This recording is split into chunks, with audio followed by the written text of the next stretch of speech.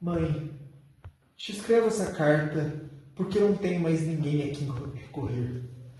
Meu pecado e humilhação são maiores do que eu poderia suportar ao te ver pessoalmente. Quando a forma macilenta da morte me provocava pelos lábios, vi um homem ajoelhado, com um gemido ecoando no peito. E percebi que meu próprio âmago estava em silêncio. E foi dessa ausência que encontrei minha desgraça. Eu não sei que demônios se apossaram de mim. Esbofetei um homem chamado Arthur e desafiei-o a um duelo. Tamanha futilidade ao jogo. Tivesse eu me ajoelhado e beijado os pés daquele homem, teria me humilhado e sofrido menos do que com os eventos que se seguiram. Não importa se uso sangue como bálsamo para tuas vergonhas. Seu cheiro grudento encharca a pele de pecados, os quais tu não podes esconder. Era ridícula a forma como me suportava, como ansiava e temia pelo nosso confronto. Oferecia suas últimas palavras para mim, como se quisesse evitar de ter que proferi-las. E brindava nas águas do sangue do reino, como se o charco lavasse a lama. Tamanha desgraça é a bebida. Ela é o agouro de toda queda, e os homens do júbilo e do sofrimento a procuram, como se desejassem o abismo. Ele me mostrou 2 pistolas, e disse que tiraríamos na sorte. A morte dele veio rápida, pois era um covarde. E minha vitória veio do acaso, pois ele é o santo de todos os bêbados trôpegos. Seu último pedido foi que eu entregasse um anel e uma carta a algum sujeito oculto. Eu arranquei-lhe o anel do dedo e meti-lhe a mão nos bolsos. Lá, achei uma carta para mim dele e um outro bilhete aberto. Como o mel é tão viscoso quanto o sangue, no escuro deixei que tomassem minha mão com o anel do morto, como se fosse a mão daquele homem. E que a Virgem amante dele se desfizesse de toda a sua pureza sobre mim. Oh, fosse eu como essas 2 crianças que levavam à noite em beijos infantis. Em toda a minha vida só amei mulheres perdidas, e mesmo assim nenhuma dessas poderia me causar tamanha perdição quanto sofri naquele dia. Mãe, tu precisas entender que não fiz de propósito, e que eu preferiria todo o fogo do inferno do que ter que suportar essa chaga por mais um momento. Ao sair, encontrei o homem à porta. Sua voz soou familiar, mas eu nem atinei para nada. Ignorei-o, e uma lâmina resvalou-me no ombro. Um cadáver é tão mais tétrico quanto mais tempo é deixado para apodrecer. E naquela escuridão, deixei que tantos vermes quantos possíveis me consumissem. Subjuguei o homem, abafei sua boca com a mão e sufoquei-o com o joelho. Se tua mão direita o fizer pecar, corte-a e lance fora. Arranquei minha mão ensanguentada e descarnada da boca do cadáver. A mesma mão que eu tivera usada para esbofetar Arthur. A mesma mão com a qual eu tivera posto seu anel. A mesma mão com a qual violei a castidade de... E agora eu a usava para pegar o corpo pelo ombro e arrastá-lo até a luz da rua. Eu afastei o cabelo dos ombros e vi. Subi de volta das escadas e encontrei aquela moça desmaiada de susto depois de ouvir a briga. Levei seu rosto até a janela.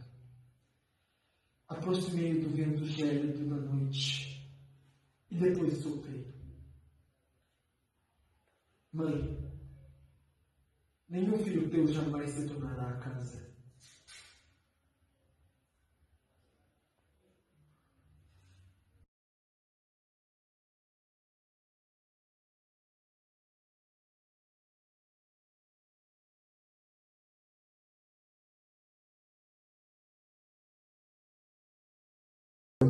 Olá, seja bem-vindo ao Clipe da Taverna. Eu me chamo Florencio.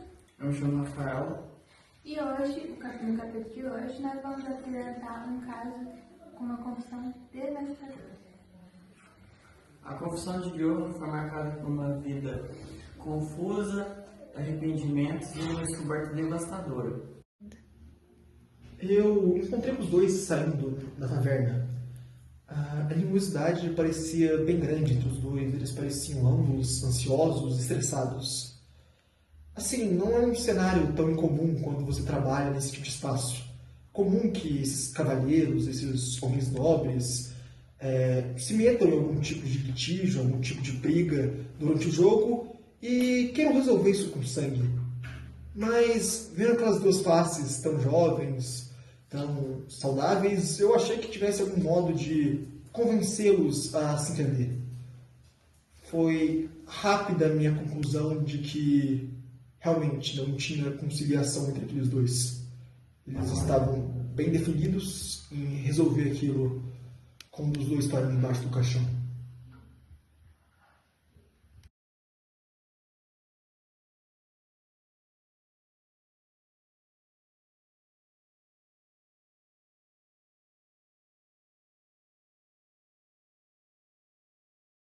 Uma hora da noite, em uma taverna, foi visto Johann entrando num jogo, numa taverna. Nessa taverna, o Arthur também estava lá e parecia para os dois uma noite de apostas, de jogos como bilhar, pôquer, baralho, dama, entre outras coisas. Há cerca de algumas horas da noite, foram vistos os dois saindo juntos dessa taverna, aparentemente com raiva e brigando. Após isso, os dois seguiram para o hotel na qual residia o Arthur e foram encontradas 2 taças de vinho, algo que era normal na rotina de Arthur. Logo após isso, em uma esquina sombria e certamente poderia acontecer um crime, foi encontrada uma carta, certamente escrita por Arthur para sua mãe. E após isso, levantaram diversas dúvidas acerca do caso e o que aconteceu naquela noite. Após isso, Arthur foi declarado desaparecido. Mas Johann foi visto na casa da irmã, número 60, no primeiro andar. A casa estava com a porta aberta, sem sinais de arrombamento, e com a janela também, o que ainda não se sabe o porquê. A casa era de Georgia, sua irmã, e estava completamente bagunçada, com sinais de luta e de confrontos. Mas o irmão de Johann foi encontrado na frente da casa, com sinais, com marcas de luta e com marcas de sufocamento no pescoço. Agora, o que a gente precisa descobrir é se Johann é culpado ou vítima.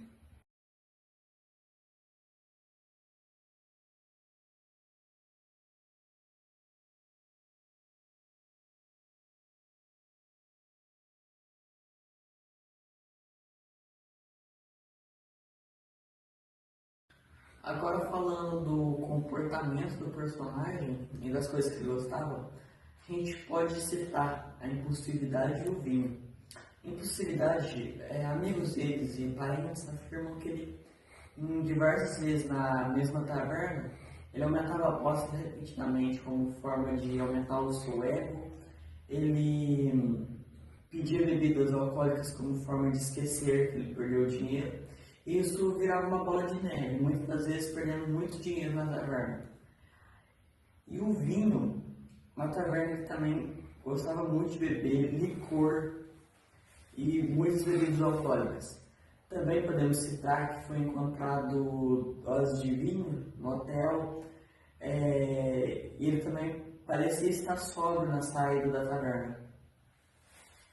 Também foi possível perceber por algumas ações dele na taverna e no convívio humano que ele era bastante agressivo e apresentava baixa empatia pelas coisas. Em conversa com os amigos e até pelo próprio barman que nos deu a confissão sobre o que aconteceu na noite, ele pode declarar que Johann ele era bem agressivo quando perdia ou quando até bebia demais. Ele também tinha mais empatia com as pessoas, mendigos na rua e com o restante.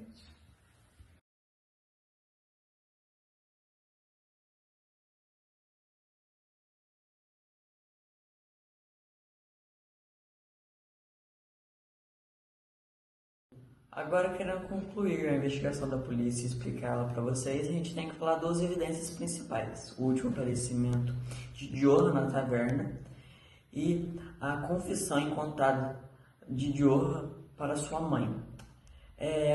A polícia, acerca desses fatos, conseguiu ter certas conclusões. A primeira, que aparentemente o criminoso foi o Johan e a vítima o Arthur, e que ela ainda não sabe onde está o corpo de Arthur e o paradeiro da irmã de Johan e o irmão de Johan também.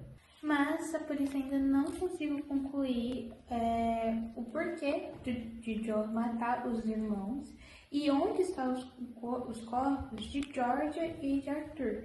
Eles não sabem como o Joe conseguiu esconder os corpos e nem aonde ele poderia esconder. E também está à procura do paradeiro de Johan, que na última vez foi visto na taverna.